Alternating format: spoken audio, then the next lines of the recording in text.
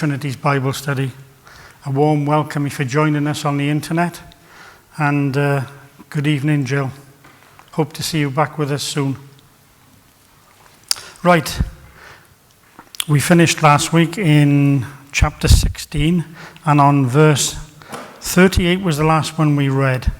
And if you remember, we were talking about the punishment and blood vengeance. And we ended up by saying that, metaphorically speaking, God is in a position to be an avenger of blood. So we'll pick it up now this week, and I'm going to read verse 39 to 41. Then I will hand you over to your lovers, and they will tear down your mounds and destroy your lofty shrines. They will strip you of your clothes and take your fine jewelry and leave you naked and bare. They will bring a mob against you who will stone you and hack you to pieces with their swords. They will burn down your houses and inflict punishment on you in the sight of many women. I will put a stop to your prostitution and you will no longer pay your lovers. Okay, so now this chapter is kind of blending together in a literal and a real sense, a figurative sense and a real sense. We read that the armies of the nations surrounding Israel are going to come against her in a divinely appointed judgment. The judgment would be complete with the stones of attack and the swords of war and the fire of destruction. If you remember earlier on in the study, we talked about the four methods available to God for his destruction, and here's three of them now. The house of the unfaithful wife will be destroyed. In other words, the houses of Jerusalem are going to be burnt down. Also, God says that the events would be witnessed by many women. Now, as God is talking metaphorically here, the women he is talking about are the nations that surround Jerusalem. For example, the Philistines, the Moabites, the Ammonites, and the Edomites. All who would witness the ruin of Jerusalem and probably rejoice in it as well. God promises to put a stop to Jerusalem's prostitution. And this he did by ensuring their idols, their high places, and their false altars were totally demolished and then plundered of their contents. All the clothes were taken, all the fine jewelry was taken and carted off as plunder of war. And the people themselves were carried off into captivity. Could you say chapter and verse again for John Young, please? I certainly will, yes. We're in chapter 16, and we are currently coming to the end of chapter 41. That's Ezekiel chapter 16 and verse 41.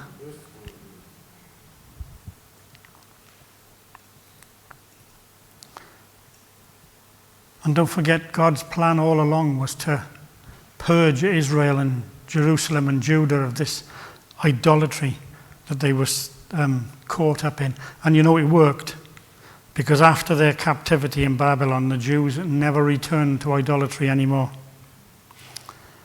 I just find it a shame that as human beings, we sometimes have to get ourselves down to that level before we get the message. Okay, I'm going to read now verse 42. Then my wrath against you will subside. My jealous anger will turn away from you. I will be calm and no longer be angry. Now, if you look through the Old Testament, it's easy to get an impression of an angry God who's always furious with everybody and stamping around and sending thunderbolts down and whatnot. But there is an end to God's anger and wrath. Whether we're dealing with nations, as here with Judah and Jerusalem, or whether we're dealing with individuals, there is an end to God's anger and wrath and jealousy. And you know there has to be, because otherwise we as a fallen human race would have had no chance. we would have been completely consumed long ago under the gaze of a constantly angry God. So there has to be an end to God's anger. And I use the word anger loosely because, as we know, we've only got human language and it's fallible. And sometimes it's just not good enough to put into words what we want to express. And in this situation, anger was the best word they could come up with, but I'll use that word loosely. And so the point is that God's judgment and anger towards Israel is not going to last forever. When their hearts eventually turned away from idolatry, God would change his disposition towards them. Matthew Henry puts it like this: when we begin to be at war with sin, God will be at peace with us, for he continues the affliction no longer until it has done its work. When sin departs, God's jealousy will soon depart, for he is never jealous, but when we give him cause to be so. And so there has to be an end to God's jealousy. And thankfully, Judah, Jerusalem, the Jews, they found out that there was an end to God's anger when they eventually they turned away from their tendency to idolatry that has been dogging them for probably, I would guess, 800 years or more. And thank goodness that there is an end to God's wrath, because like I said, we would have had no chance otherwise. Verse 43. Because you did not remember the days of your youth, but enraged me with all these things, I will surely bring down on your head what you have done, declares the sovereign Lord. Did you not add lewdness to all your other detestable practices?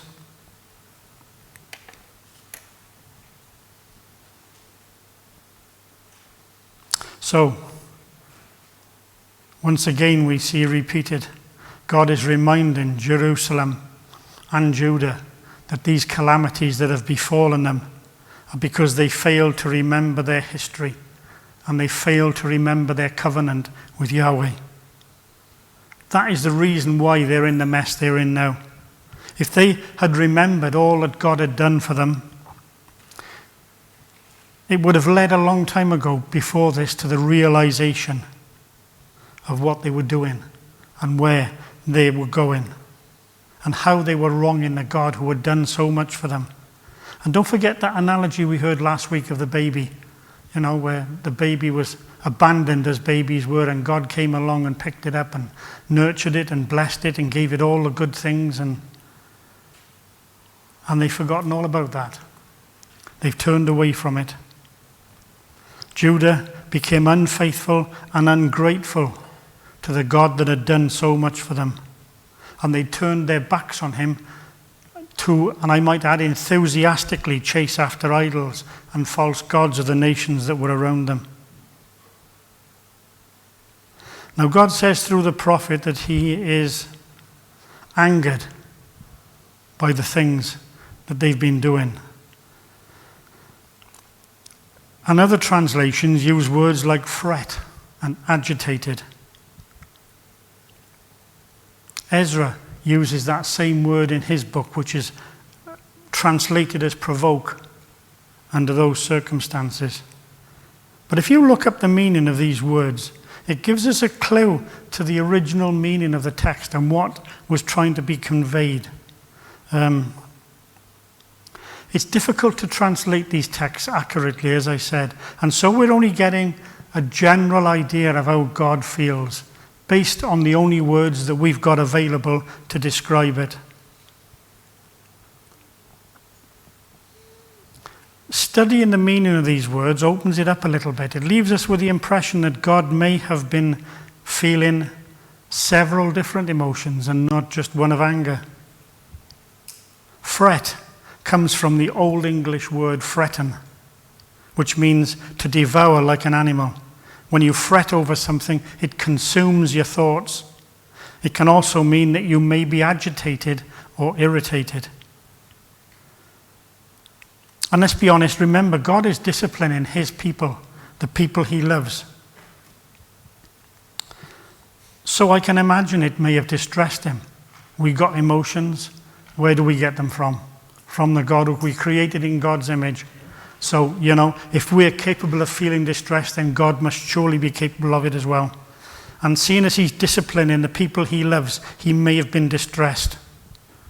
He still loves these people, don't forget, in spite of all that they've done. And no one likes to discipline people you love. I'm sure parents, we know that, or those of us who have had a good idea now, old enough to have given our kids a clip round the ear. I know my dad always used to tell me that this is going to hurt me more than it'll hurt you, but I never believed that for 1 minute. But as I've grown older, I've come to appreciate the distress it causes a parent having to discipline a child they love. And I can imagine that's how God must have well been feeling. There must have been distress. So when we come to understand that there could be a range of emotions going on in God, not just anger, it helps us to realize, if you like, that there's more to what we're reading than simply God being angry.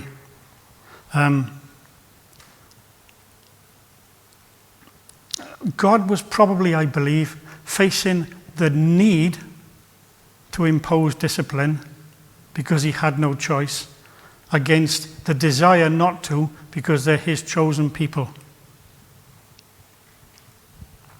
And if you think about this carefully, it kind of opens things up a little bit and if you like, dampens down the angry God syndrome, if I can put it like that. Because I don't think that anger is the right word to use. Yes, God is justifiably upset with us now and again, and goodness knows we give him cause to be. But I don't get in my mind this image of an angry God stamping around everywhere, because it's at odds with the New Testament, if you like, And so I believe that we've always had this God of love, and the problem is more to do with our ability to translate what God is saying to us than it is to accurately describe what God is feeling. And so I think God is probably struggling with judgment and the need for mercy, both at the same time. And of course we know that judgment has to win, because God cannot stand in the presence of sin. God says that he will bring down upon their heads what they have done.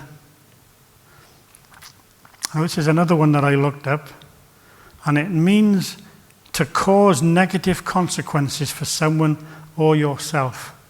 To cause negative consequences for someone or yourself. And I would suggest that Jerusalem is definitely going to suffer negative consequences because of what's coming their way. And so, in other words, you could translate this another way. Jerusalem is just about to suffer the consequences of their behavior. And that is what it simply means. I will bring down on your head, you will suffer the consequences of your behavior.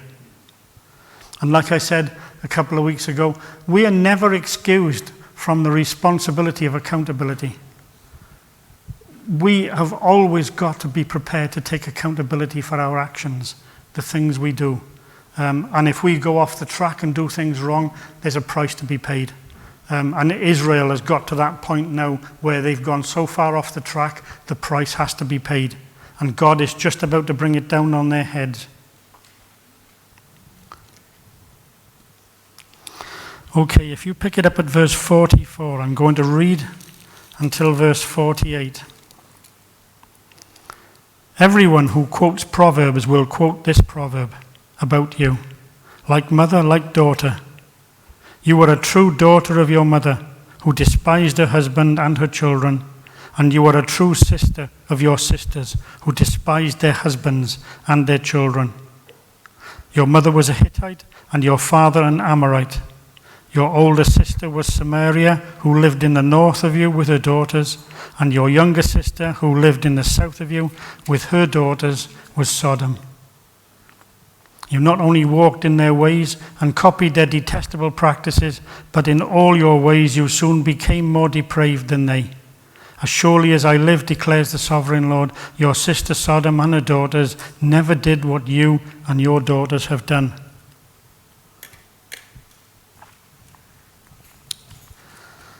Now I'm going to start off by quoting Calvin. And he says, "The maker of proverbs shall utter this proverb against thee, like mother, like daughter." There is no doubt that they used this saying at that period, and it often happens that daughters' faults are like their mothers.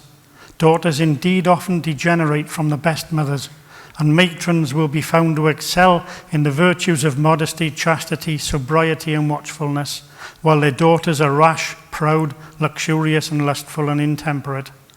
But it usually happens that a mother has wicked daughters like herself. This happens less by nature than by education, for a woman of a perverse inclination will think that a stigma attaches to herself if her daughter is better than she is, and so she will wish to form her after her own morals. Hence it happens that few daughters are found modest whose mothers are immodest, few sober who have been brought up by drunkards. Since therefore experience always taught the similarity between mothers and daughters, hence this proverb was in the mouth of everyone. You know? And even today we've got sayings like, she's a mother's daughter, or he's his father's son. So that trait has obviously come down through the generations and the thousands of years, you know. And when you think about it, it's quite right. As children, we learn from our parents. And what we see them doing is how we're going to think life is. And obviously Israel was in a pretty bad state for a proverb like that to have grown up about them. And God introduces now, through the prophet, two sisters of Jerusalem. They were the cities of Samaria, which was, I'm sure you know, the capital of the former northern kingdom, and the city of Sodom. Now, although they're referred to in the text there as the elder and the younger sisters, this has got no connection with the age of the cities, but rather it refers to the size of the cities. Samaria being the largest and hence the elder, and Sodom being the smaller, hence the younger. But in fact, Sodom was a far older city physically than Samaria was. Now, both cities, as a matter of fact, were destroyed by God's judgment, and Sodom became well known for its greed and immorality, and Samaria for its idolatry. But now we're finding out that both cities appear to be righteous compared with Jerusalem. Jerusalem's sin, God's saying, is far worse than both of them, and it's piling up against Jerusalem, isn't it? You know, it's really, really not looking good.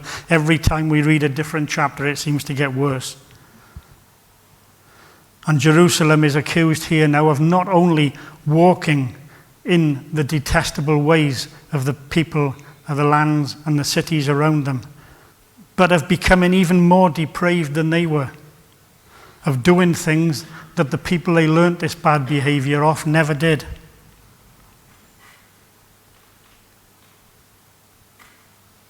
And you know, that's the trouble, I think, with bad behavior, with any kind of addiction. And as I said last week, I believe now that Israel and Judah were addicted to idolatry. It's a spiral, you know. Once you're on that road, there's only one way, and that's down, you know. And sooner or later, you're going to hit the bottom. And I know it's not a pleasant place to be, but very often that is the turning point in people's lives. And this is where Jerusalem and Judah are heading, for rock bottom. And that is going to be the turning point in their life.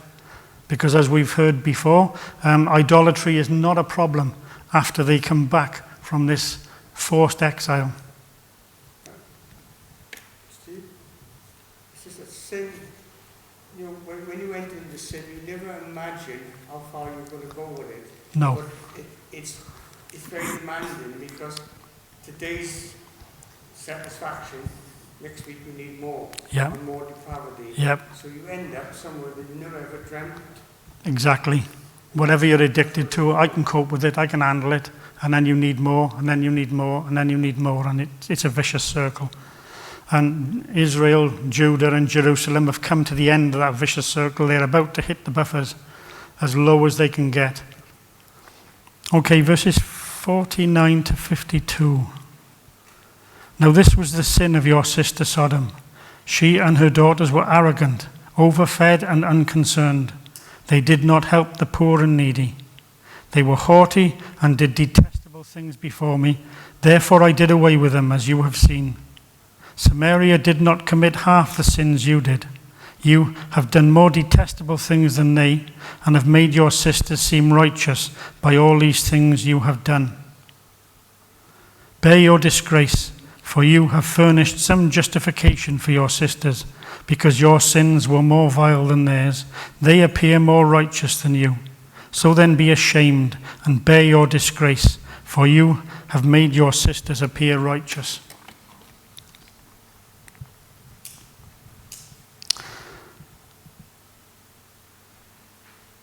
Although God goes on to talk about Sodom, it's noticeable that what we commonly speak of as specific sins to specific cities is not mentioned here.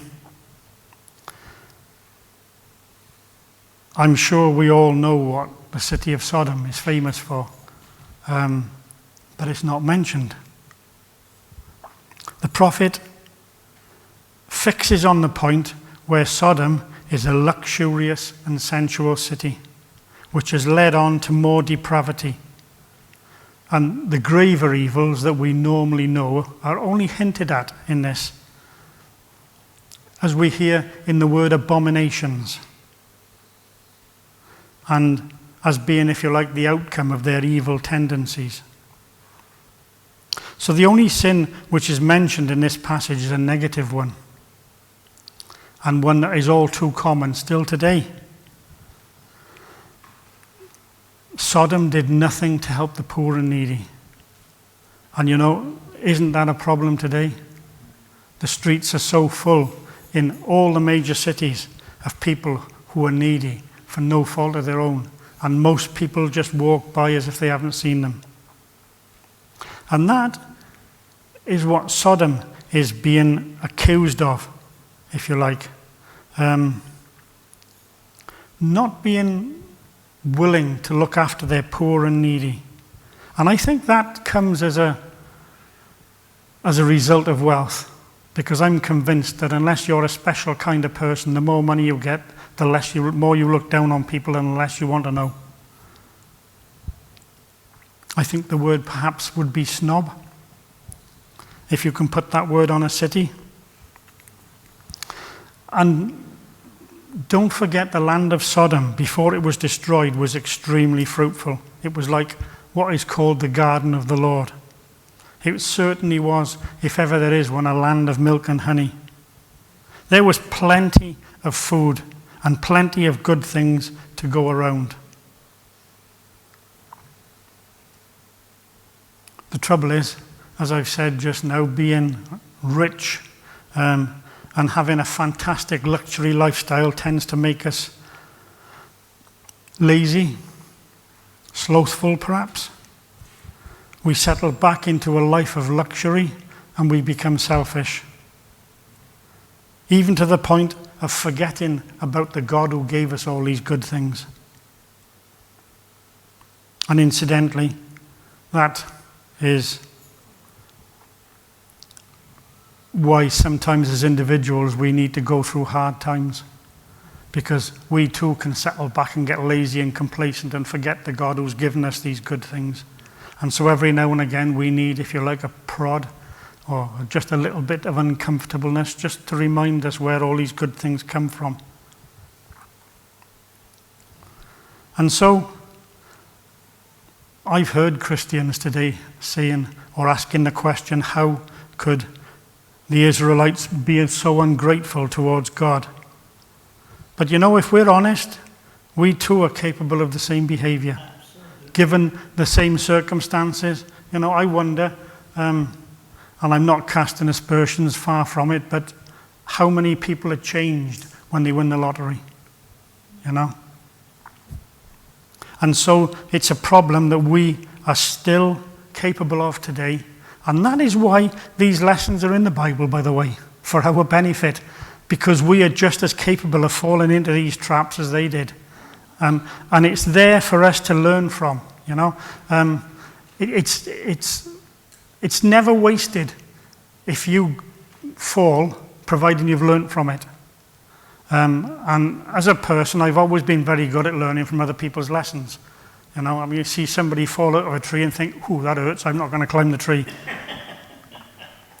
But not everybody's like that. You know, some people need a hard poke to remind them where they're from in the first place. And you know, you can read about this in Luke, just to prove that it's nothing to do with that particular time in Ezekiel, nor is it anything to do with our particular time today. Look at Luke, the man who harvested more crops than he had room to store. Then he said, this is what I'll do.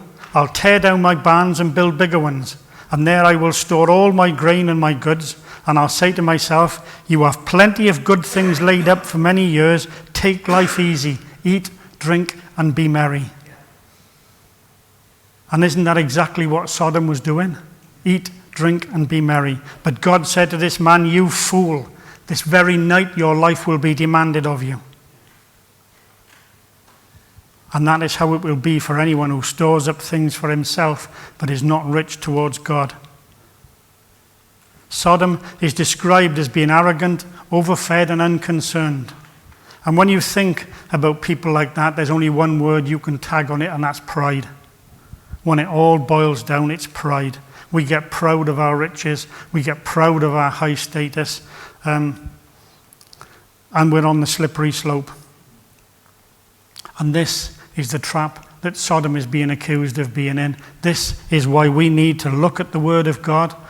God wouldn't have wasted his time putting that out for no reason. We've got this book for our benefit.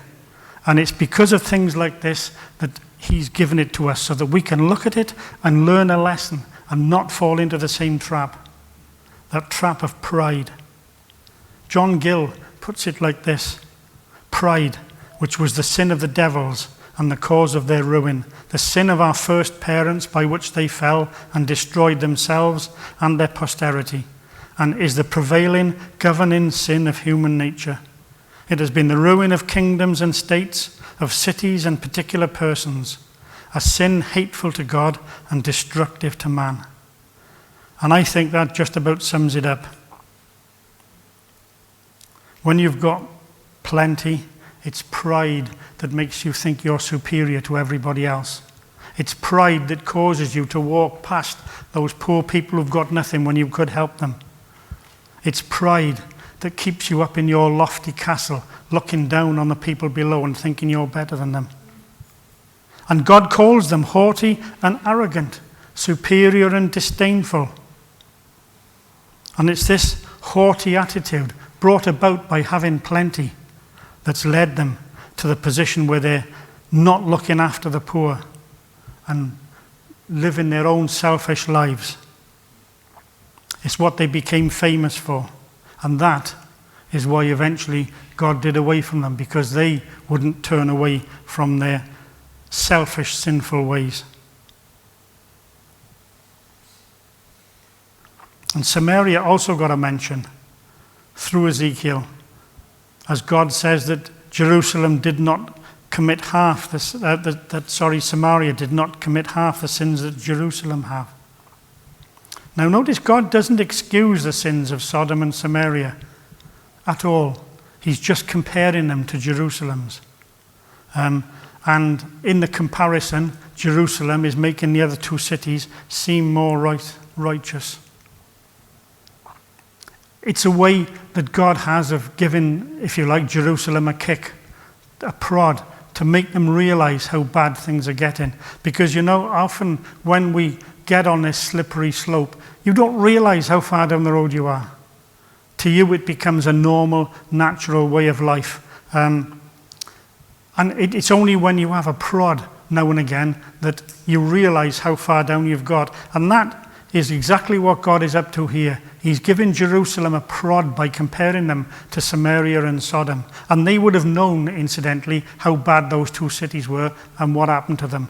And so God is giving them a prod by comparing them to them, hoping that they'll realize exactly how bad things have got for them.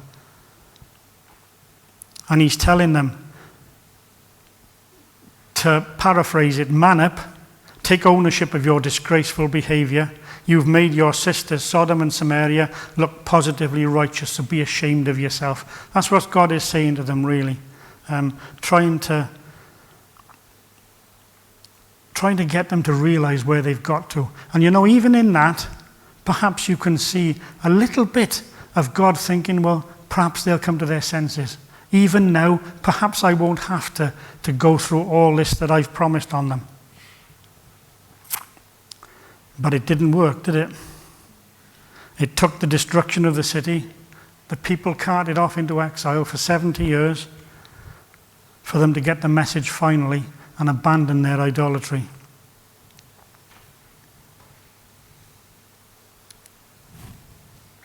I'm wondering, Steve, Yep. when you look around and see what's happening today around the world, God is speaking. They put it down to global warming. Yeah, But you saw for yourself the storms in Germany, absolutely. France, Switzerland, Absolutely. England, Portugal, Yep. Russia, Australia, New Zealand, Yeah. the States. I don't think it's coincidence. God is speaking. And we're in a worse position today because we've got more scientific evidence available than they ever had before. That's right. And so it's easier for us to turn it to science and justify it, That's right. rather than to accept the fact that God has actually got a megaphone out and shouting, "Oi, I'm trying to get your attention." Exactly, Steve. Exactly. Yeah. That's the way I look at it. Okay, let's look from verses 53 to 58. However, I will restore the fortunes of Sodom and her daughters, and of Samaria and her daughters, and your fortunes along with them, so that you may bear your disgrace and be ashamed of all you have done in giving them comfort. And your sisters, Sodom and her daughters, and Samaria with her daughters, will return to what they were before, and you and your daughters will return to what you were before. You would not even mention your sister Sodom in the day of your pride, before your wickedness was uncovered.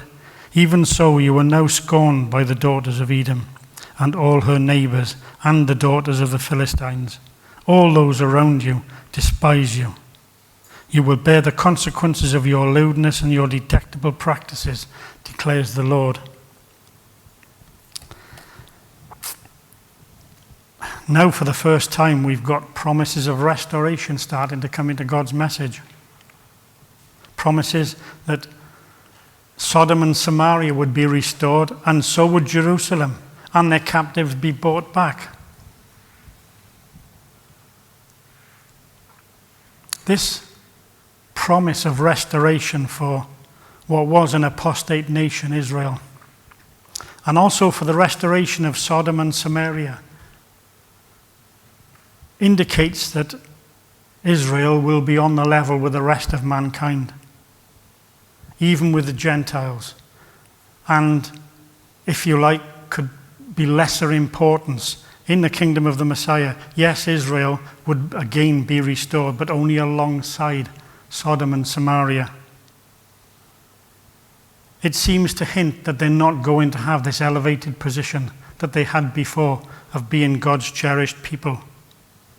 And I cannot imagine that would have satisfied the ego of people of Jerusalem at the time. It's been suggested by Bible scholars that part of the reason God promised to restore the cities of Samaria and Sodom was to humble Judah and Jerusalem. That they would know that they were not the unique objects of God's favor anymore, and that his love was actually wider than just them. And it says that prior to the destruction of Samaria and Sodom, Jerusalem had looked down on them both, thinking herself superior to them, because they had God's temple. They had God dwelling amongst them. They were God's chosen people. And so they wouldn't even mention Sodom and Samaria because they saw themselves as being far better than they. They were seen at the time as being such great sinners that people of Jerusalem wouldn't even speak of them. And yet, the future of the people of Edom and the Philistines and all those, Israel's ancient enemies, would not speak of the people of Jerusalem because they were such great sinners. Proven as he has that in fact Jerusalem was far worse than the other cities around them, God is still trying to get Jerusalem to come to a place of realization of their deplorable condition. And he's trying to get them to bear, if you like, the responsibility as it's put the shame and the guilt of what they've done.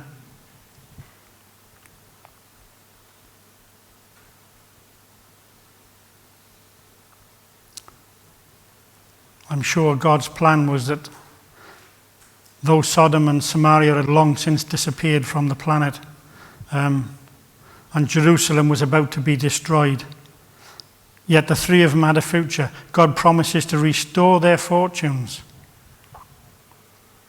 And the plan is, I believe, that act of grace, and that is an act of grace on God's part, to promise restoration in spite of everything that they're going through.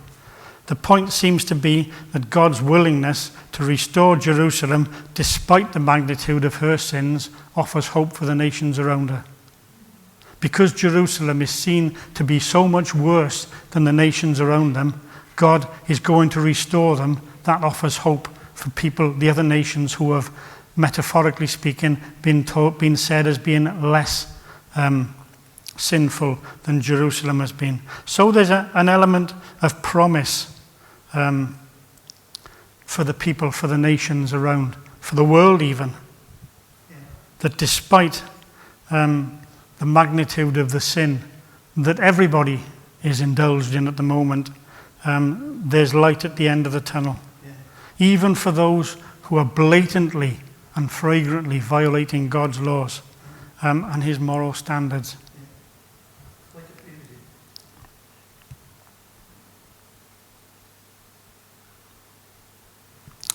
What have we got left?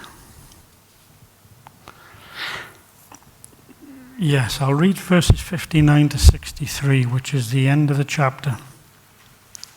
This is what the sovereign Lord says.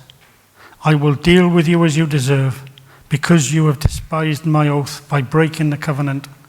Yet I will remember the covenant I made with you in the days of your youth, and I will establish an everlasting covenant with you. Then you will remember your ways and be ashamed when you receive your sisters, both those who are older than you and those who are younger. I will give them to you as daughters, but not on the basis of my covenant with you. So I will establish my covenant with you, and you will know that I am the Lord.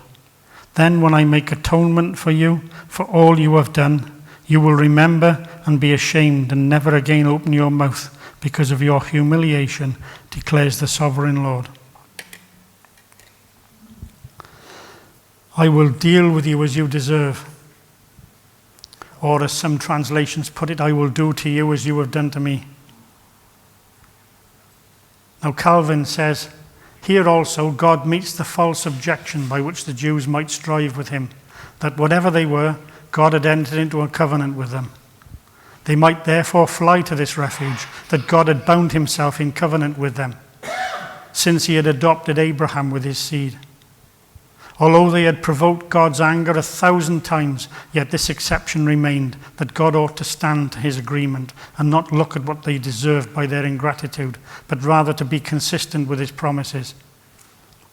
Now therefore he returns to this gavel and says that he is free to break the covenant, since they have done so first. I will do, says he, to thee as thou hast done. He says then that in agreement it is customary for a person, when deceived, no longer to be necessarily bound to a perfidious breaker of agreements. For covenanting requires mutual faith, but the Jews had violated their agreement and reduced it to nothing. Hence, through their perfidy and wickedness, God had acquired the liberty of rejecting them and of no longer reckoning them among his people. Put simply, in other words, the Jews were so accustomed to breaking God's law and then believing that they couldn't be held accountable because they were God's people, God's chosen people. And God deals with that myth by telling them basically, look, you broke the covenant first, so I'm at liberty to disown you and have nothing to do with you. And yet, in spite of that, in the next verse we see God promising to remember the covenant he made with them in their youth. And that would be the covenant in the previous chapter that was metaphorically referred to as marriage, or the giving of the law of Moses on Mount Sinai. And that covenant was meant to be a perpetual or everlasting covenant. But it was conditional on human obedience. And it was the inability on the part of fallen mankind, even covenant people, to be obedient that necessitated a new and different approach. They've paid the price for breaking that old covenant. But God is promising restoration, and he's promising a new covenant with them. And the new covenant, incidentally, would be based on divine performance and would provide internal motivation for obedience, the Holy Spirit within us. God still wants a righteous people who will reflect his character to the nations, but now his focus has shifted from a performance-based covenant to a divine-based covenant. Gratitude and family love, which were symbols of the old one, of the new one, replace the ones of the old covenant. We serve and obey because we are already accepted. That's the new covenant.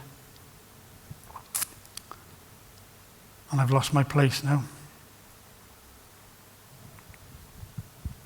Obedience is not what makes us accepted, but the evidence that we have been accepted is what makes us obedient.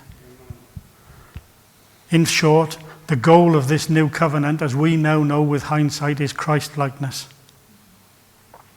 This new covenant is a totally different beast, if I can use that word, to the old covenant. God has changed the ballpark, if you like. Yes, there's still an element of freedom for us, in as much as we can choose to walk away from this covenant if we choose to. But God is actually giving us now the power to help us obey the covenant, which they didn't have before, because they didn't have the Holy Spirit in them before. It was totally reliant upon their obedience, and sinful human beings are never, ever going to be capable of sticking to a covenant like that. And so God is changing the plan now, and he is helping us to be obedient to this new covenant. Ezekiel goes on to talk about the sisters of Jerusalem being given to her as daughters and how they will remember their ways and be ashamed. Calvin again, as God then shows that he would not be merciful to the Jews for any other reason than through being mindful of his covenant, so now, in return, he informs us what he requires from them, namely, that they should begin to acknowledge how basely they had abjured their pledged fidelity, how unworthily they had despised his law, how impiously obstinate they had been against all his prophets in deriding their threats and in being stupid under manifest penalties. But this passage is worthy of notice, since we gather that none are capable of obtaining God's mercy except those who are dissatisfied with themselves, and being ashamed and confounded, betake themselves to his mercy. In fine, we see that God's grace does not profit the obstinate at all. It is offered to all in common, but none receive it except those who condemn themselves and bear in mind their crimes, so that they are forgotten before God. If therefore we wish our sins to be buried before God, we must remember them ourselves. If we wish our iniquities to be blotted out before God and the angels, we must disgrace ourselves. That is, we must blush and be ashamed of our baseness whenever we transgress and provoke God's wrath. True words. And that's the situation where Jerusalem is. They need to get themselves to the point where they're ashamed of what they've done before they will actually turn back to God. And I guess it's what it says basically is we're not going to turn for forgiveness until we accept that we're wrong. You know? And it's the same with a lot of people who are in addictions, alcoholics. You can't help them until they're prepared to stand up and say, I am an alcoholic. You can't help a drug addict until he's prepared to stand up and say, I am a drug addict. And God can't help Jerusalem until they're prepared to stand up and say, we are an idolatrous nation and we're sorry. And look what they've had to go through to get themselves to that point. This prophecy of Jerusalem receiving her sisters and being ashamed looks forward to the time when the new covenant is established. And the sisters refers not just to Sodom and Samaria, but to all the heathen nations. Think of it like this. For Jerusalem, read the elect church. In Jerusalem first, individual believers will be gathered into the elect church. And Judah with Jerusalem will also be the first nation which, as such, will be converted to Christ. From Jerusalem, the gospel will go forth to gathering individuals from all the Gentile nations. And to her, to Jerusalem, to the church, the elect church, other nations will attach themselves as believers in the Messiah, who's Jerusalem's king, and thus attach themselves to Jerusalem. And so this prophecy is looking forward to this time. That is how, metaphorically, Jerusalem's sisters are going to be given to her as daughters through this new covenant. And so, after warning, after warning, after warning, mercy is remembered. Mercy is reserved. You know, these closing verses of this chapter 16 are a precious promise, in part fulfilled in the return of the penitent and reformed Jews out of Babylon, but yet to have a fuller accomplishment in gospel times. The divine mercy should be powerful enough in our lives to melt our hearts into godly sorrow for the sin. And Matthew Henry puts it like this: nor will God ever leave the sinner to perish, who is humbled for his sins and comes to trust in his mercy and grace through Jesus Christ, but he will keep him by his power through faith unto salvation. And I'm going to call it a night there.